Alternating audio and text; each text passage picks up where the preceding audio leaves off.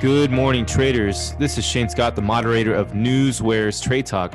At Trade Talk, we're providing you with the up-to-the-minute news on the market, along with the facts, themes, and short-term trading ideas for the day ahead. Joining me today is our trading anchor, Bill Olson, who brings over 30 years of institutional trading knowledge to our program. Let's get things started with our markets update.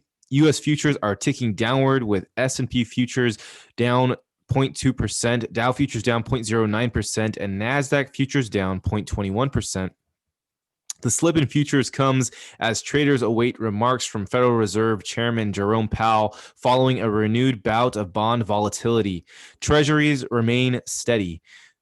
Though S&P and Nasadaq contracts declined, they came off their lows of the session, spurred by the 10-year Treasury yield approaching 1.5% on Wednesday and rising inflation expectations. In an appearance later today, Powell will be expected to push back on the bond market concerns, saying that the central bank will be ultra patient in withdrawing its support for the economy after the pandemic has ended. Rise in inflation expectations and long-term borrowing costs is stoking volatility, and for many, raising concerns that a prolonged rally in equity markets may be in jeopardy. For now, investors are assessing central banks' willingness to buy more longer-dated bonds to keep financial conditions loose. Over in Europe, the Stock 600 index slipped 0.8%, pushed downward by the tech and miners. Over in Asia, the MSCI Inc.'s Asia Pacific gauge had its worst decline in this week. The tech sector has struggled while real estate, finance, and energy shares outperformed amid a shift to value segments. Bill, what are you seeing as far as market updates? Well, Shane, I've been watching the S&Ps all morning long, and they were down significantly lower from where they're at now. They were down over 0.5%, and now they're down 0.004. So it's a minor move, essentially a flat open. But you see what happened in Asia last night, where you're dealing with that 2% drop. And Europe opened up weak, and they actually moved weaker, but they have started to recover. So it's nice to see. What's causing it? The recent movement in the bond yields is really creating a concern for traders again today. The Fed officials are quick to point out that the rising yields are normal and they're an indicator of a growing economy. And that's what Powell's going to talk about today when he speaks at 12 noon Eastern time. I think, the key catalysts today are obviously Powell's speech at 12, and of course the start of the OPEC meeting, and everyone's going to be keeping their eyes on, what happens with the earnings announcements that are coming this morning and this afternoon. Moving into our earnings report, Bill, what type of earnings are we seeing today? Well, Sienna, they came out last night. Sienna delivered a 7-cent beat on higher revenue. Guidance was positive, but you're looking at the stock this morning, and it's not faring too well even after a fairly good earnings report. I'm also looking at shares of Burlington, the coat factory. This is ticker BURL. These guys delivered a 32-cent beat today on higher revenue. Double-digit growth in January, they said, after kind of a weak start to the quarter.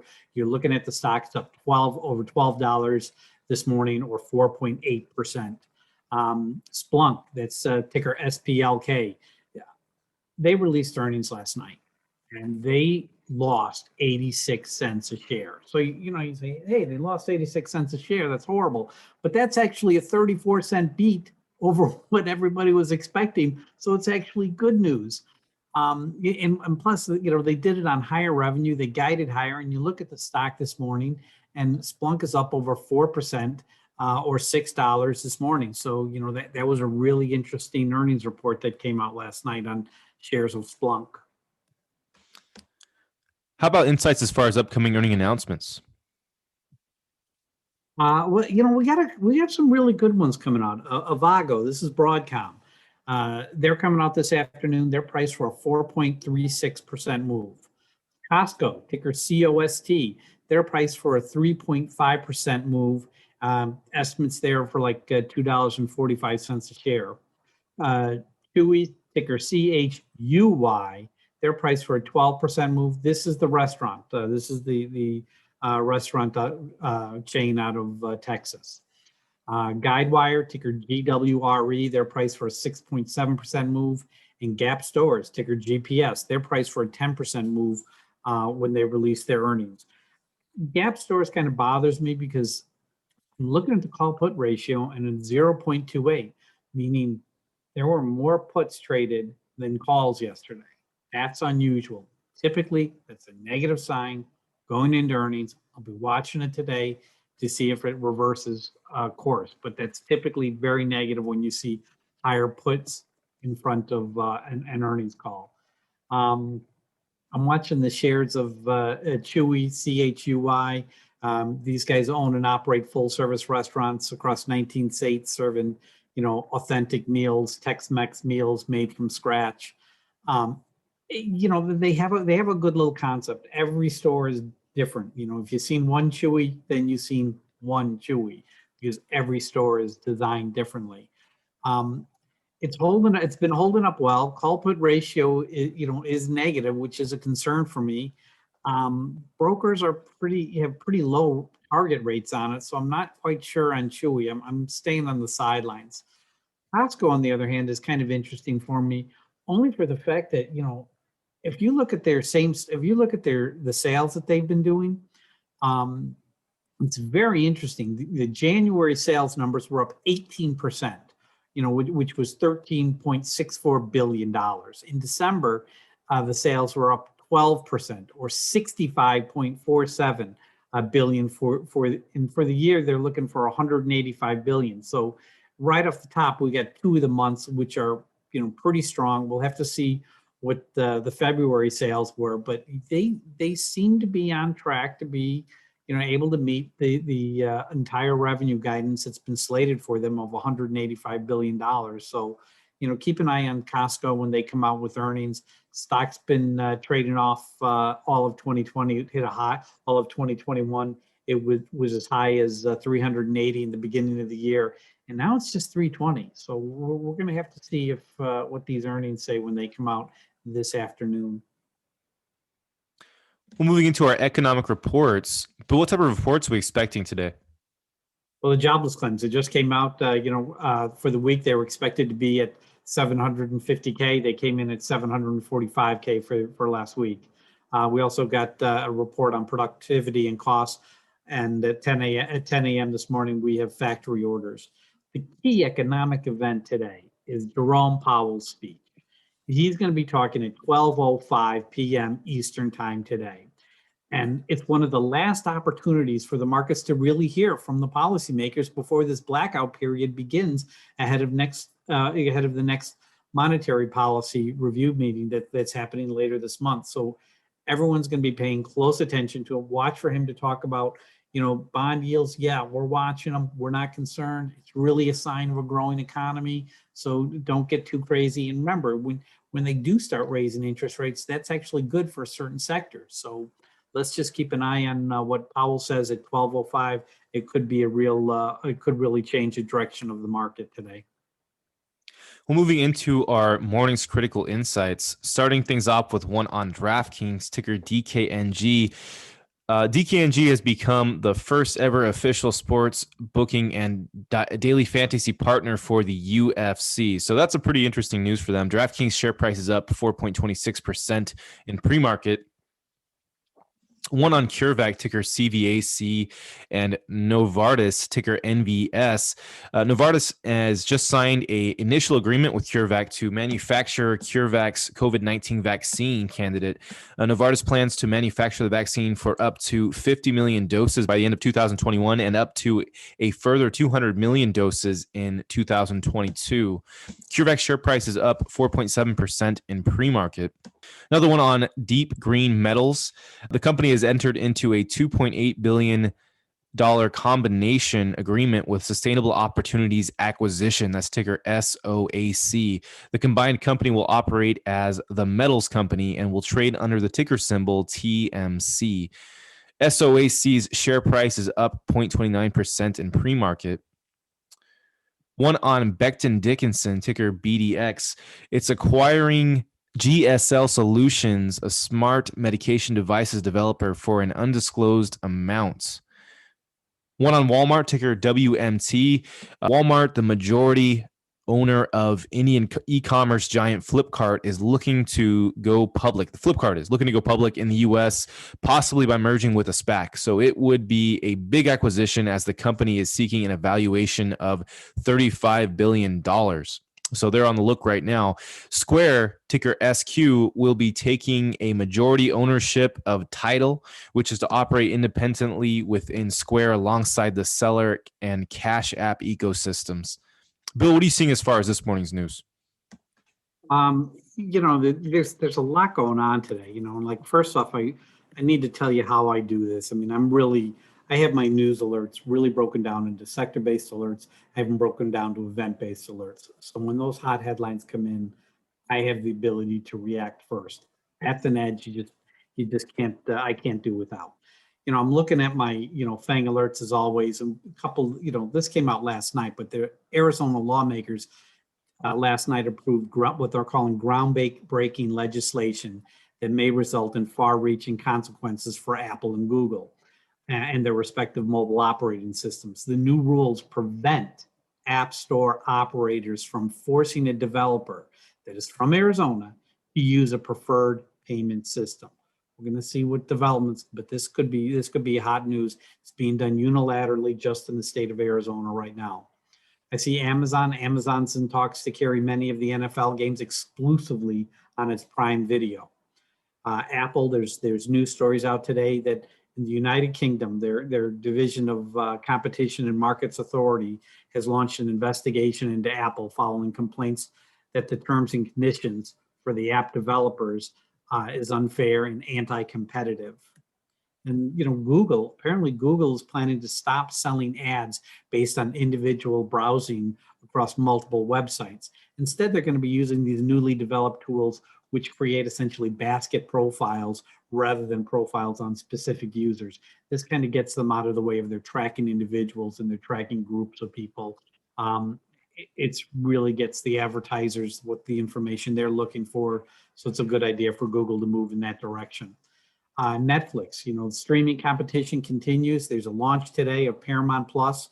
It's an all-access streaming app for CBS, and it's going to include CBS Sports, CBS News. We'll have to see what that does to the shares of Netflix this morning. My Dow Jones 30 alert went off as well, because apparently Disney is planning to close down 60 of its U.S. retail stores, and really they're going to be focused on e-commerce sales. This represents about 20% of Disney's 300 stores. Let's talk Merck for a second. This ticker MRK. They began their tender offer to acquire a therapeutics company today for $60 per share. But the real big news with Merck that I'm really interested in is, they're going to be doing a presentation at this upcoming conference.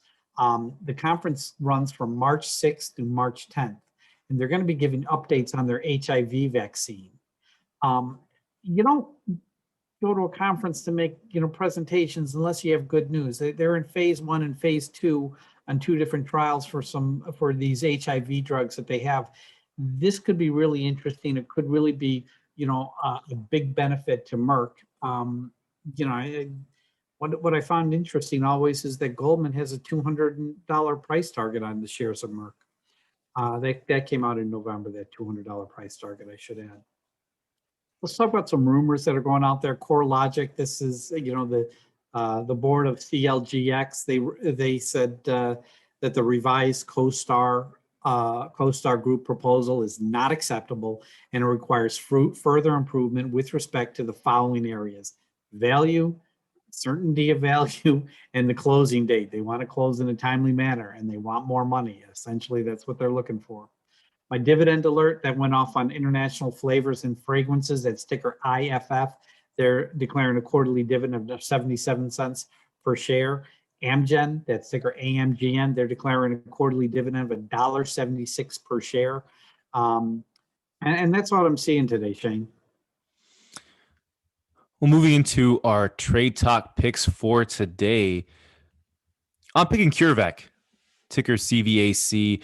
It's a pretty big deal that they found somebody to be able to produce their vaccine for them. Novartis, that they're going to make a pretty big share of them, $50 million for this first year, $200 million for the next year, and it's still something that is in demand. We need more of vaccines, and the fact that they have one and it's a quality one is something that will shine for them. I think that's going to see some gains today. So that's my pick. What's yours looking like, Bill? I think I have an interesting one here. My pick today is Salesforce.com. That's ticker CRM, Charlie Richard Mary. Stock's trading at 205.70. I think it could move a little lower, but I think this stock has the ability to start running. Now, here's the thing: valuations are off recently due to the EPS announcement of Snowflake. That's ticker SNOW, which Salesforce owns a majority, a big chunk of that company. I'm anticipating to see some gains because I look at the Snowflake right now; it's turned around, it's starting to trade higher. And I look at CRM, it's down a little bit, and it has the ability to move, $10 in the blink of an eye. So I'm really going with shares of Snowflake, shares of Salesforce today. That's ticker CRM, and I'm looking for some nice gains in the stock today. Moving into our hot off the press, this is the news that's hitting the tape as we speak that will be moving the stocks today. Let's go ahead and get right into it. So, Bill, looking at our newswire alerts, seeing the headlines streaming in, which are the ones we should be letting traders know about? This is I find interesting. China is pressing the World Health Organizations to look at other countries to probe whether the virus, the COVID-19 virus, originated outside of China. They're trying to push the blame off of China and into another country. I found that interesting. One on Amgen, ticker AMGN.